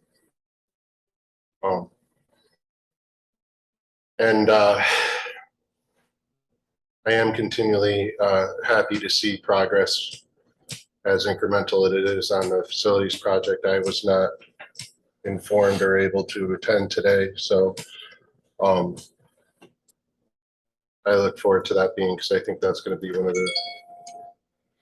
one of the biggest things that's going to improve services here in the village for a long time, on top of what's going to happen to this building afterwards. So, thank you. Joe? Okay, we had a car show meeting last night.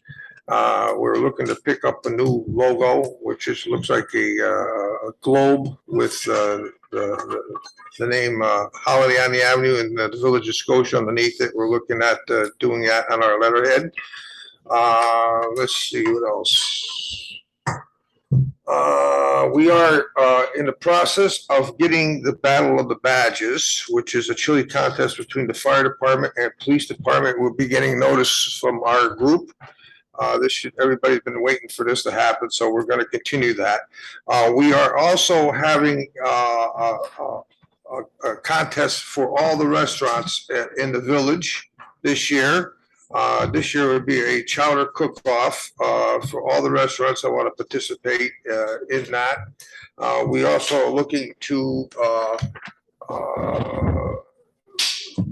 make our parade just a wee bit bigger this year. A couple civic groups would like to march in it, and we may have a drum group that may come in with us on our parade. We are looking for volunteers.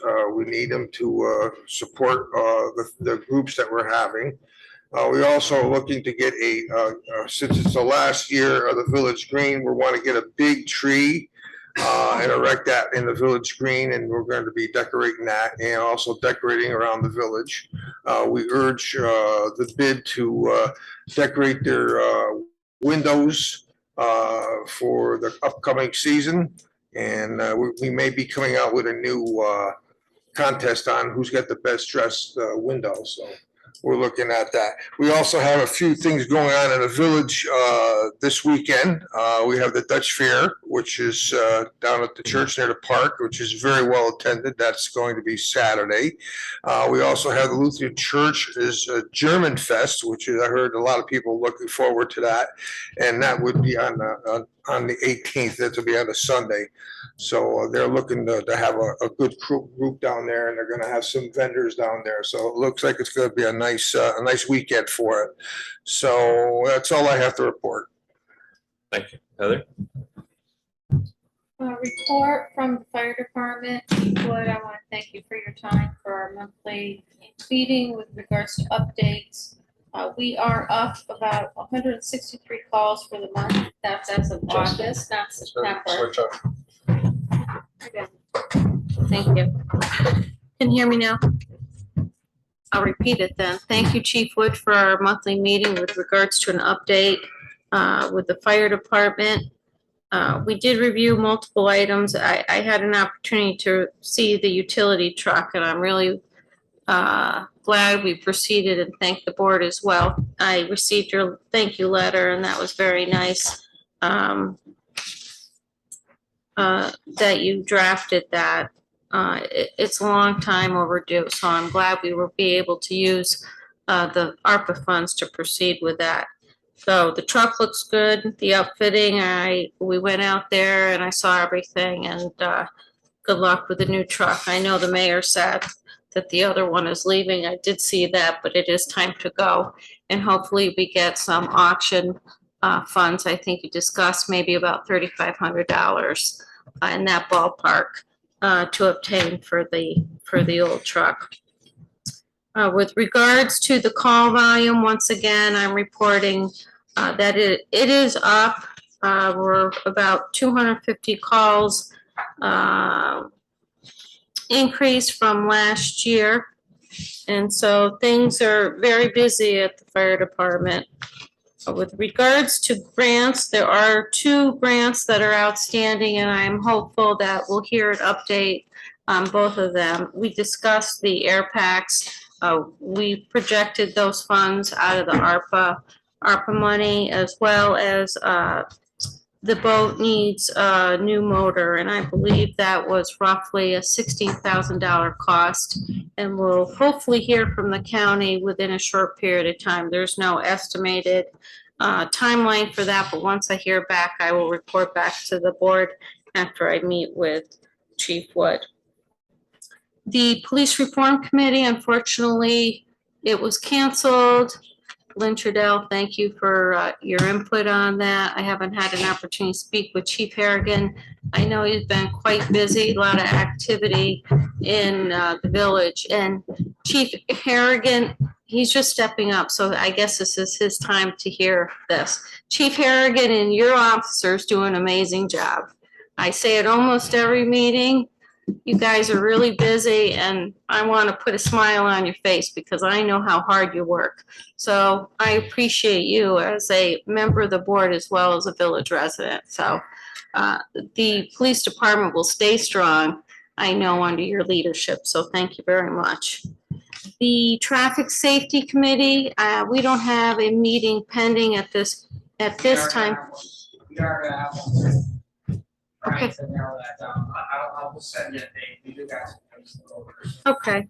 So once I get a date and report to that meeting, I'll come back and report the findings back to the board and public.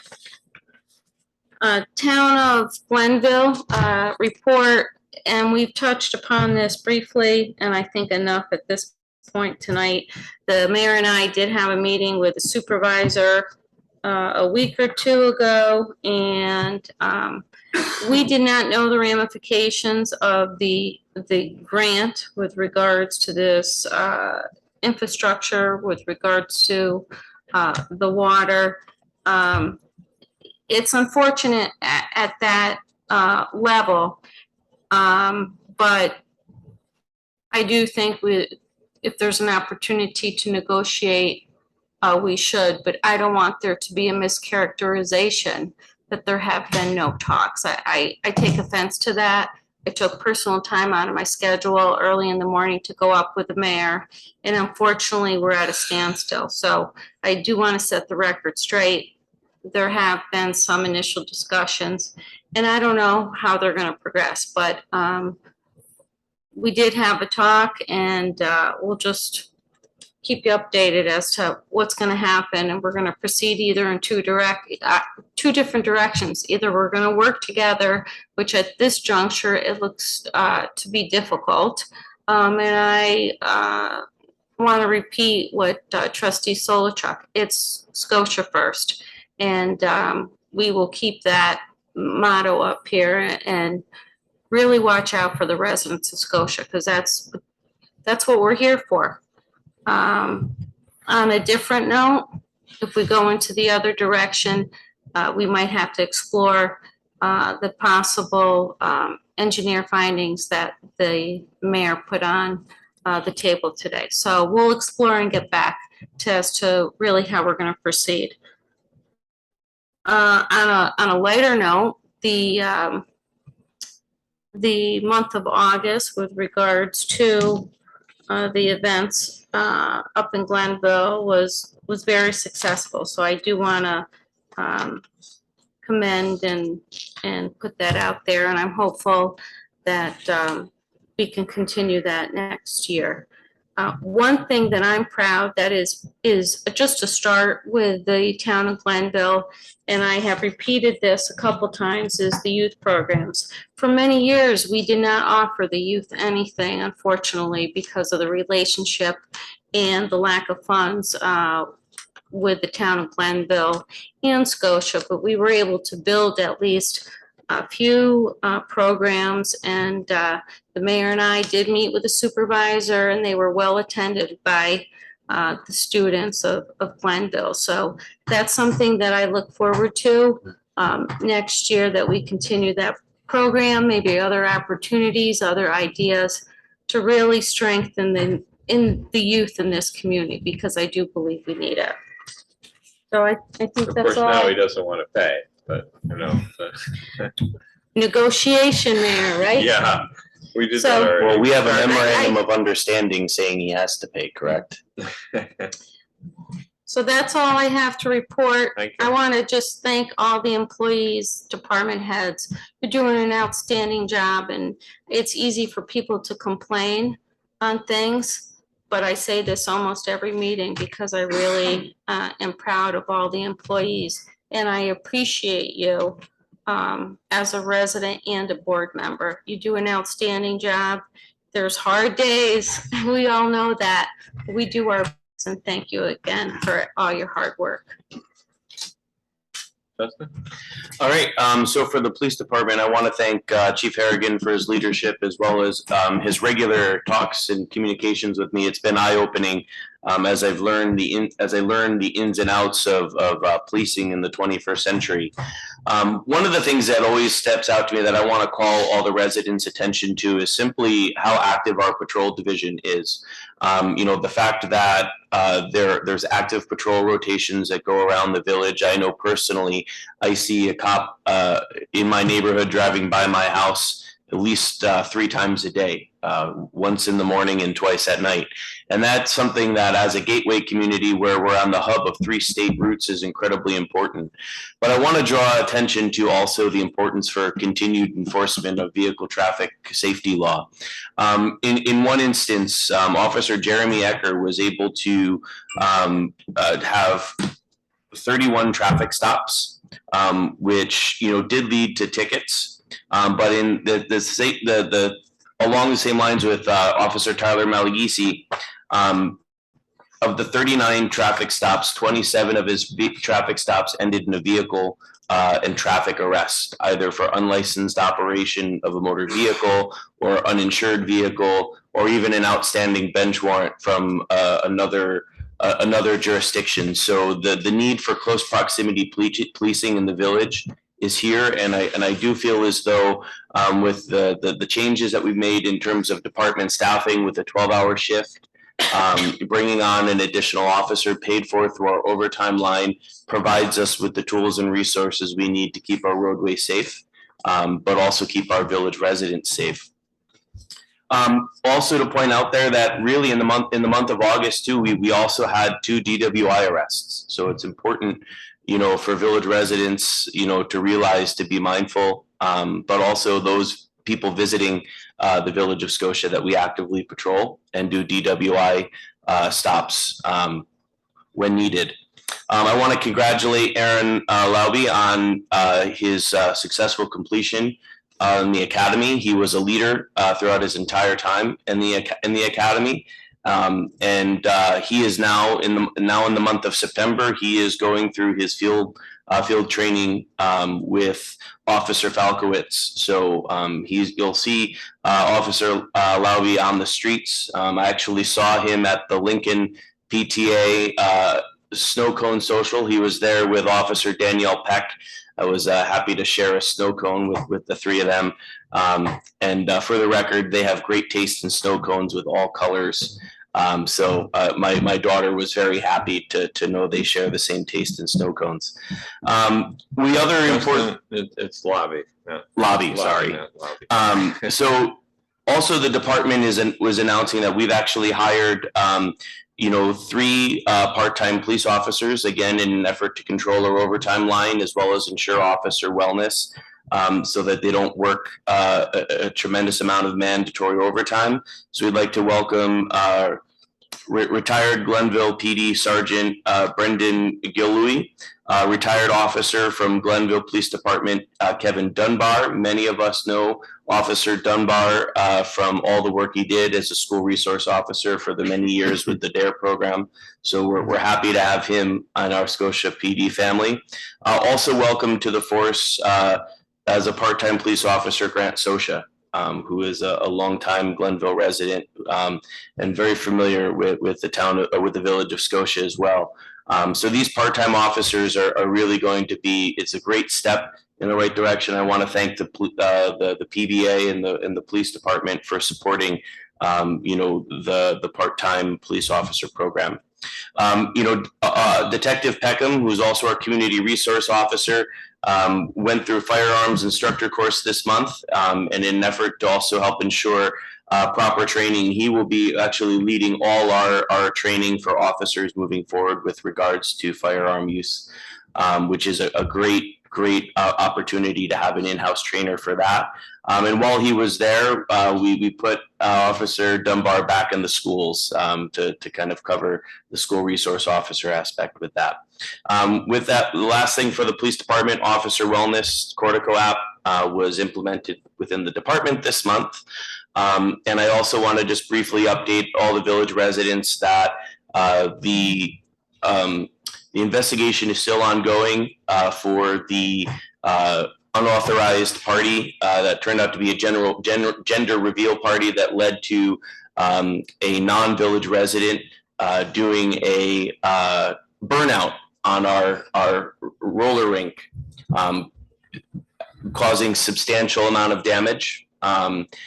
The individual responsible has been identified and a warrant has been issued for their arrest.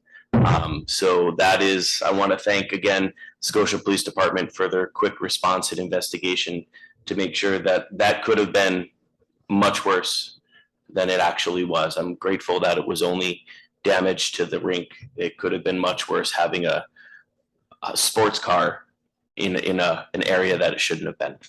The bid met this past Tuesday. They did talk about and love the idea with the window decorating.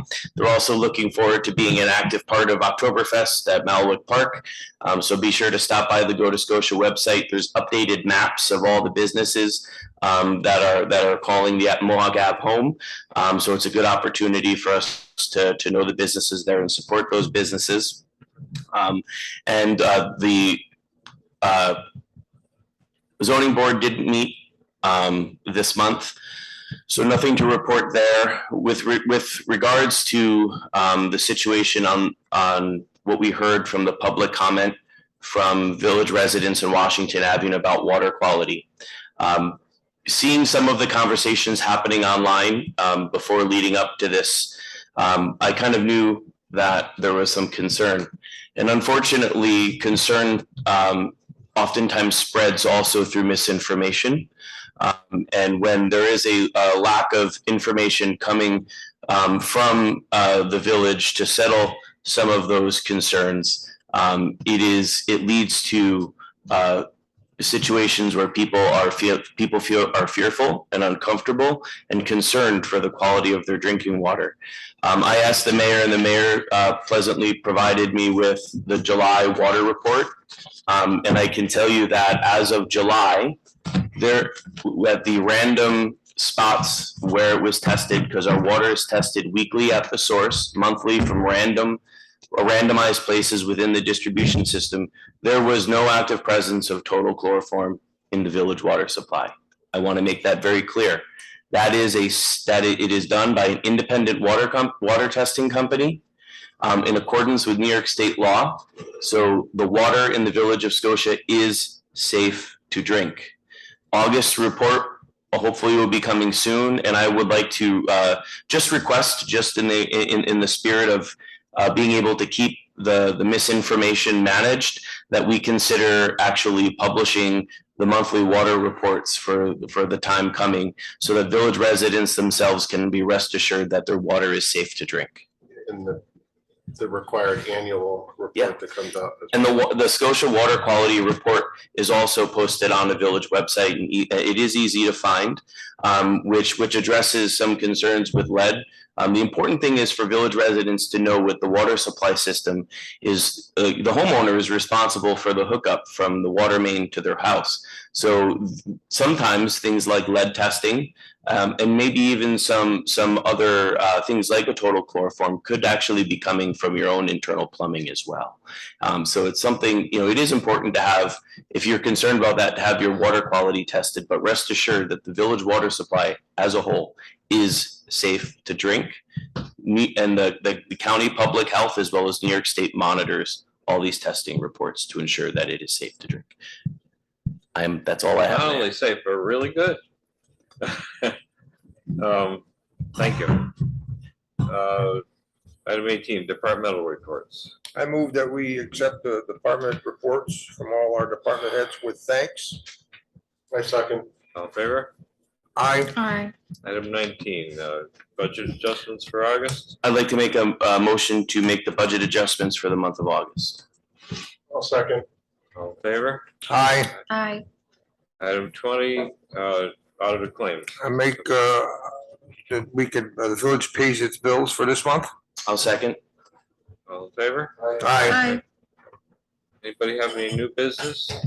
Just a couple of notes for the next work session to formally request they get on the agenda this time. Justin and I will be working on the business grant discussion, and I owe you guys the letter that Bruce Cohout sent about the village garden. There was a discussion at the county meeting, and they did verbally say yes to funding phase 1 of the project down at the village garden, which would be improvements for beds and make it a little bit more accessible to residents and members, and long-term, hopefully securing that and the dog park down there. So I will be sending that out here. Sure. Anybody else? So we should discuss it as, because we're gonna have to make a effort to accept it, and might have to be reimbursed for the fund, so. Thank you. Do you have a motion to adjourn? I'll make a motion to adjourn. Oh. I'll second. Thank you. Good night, everybody.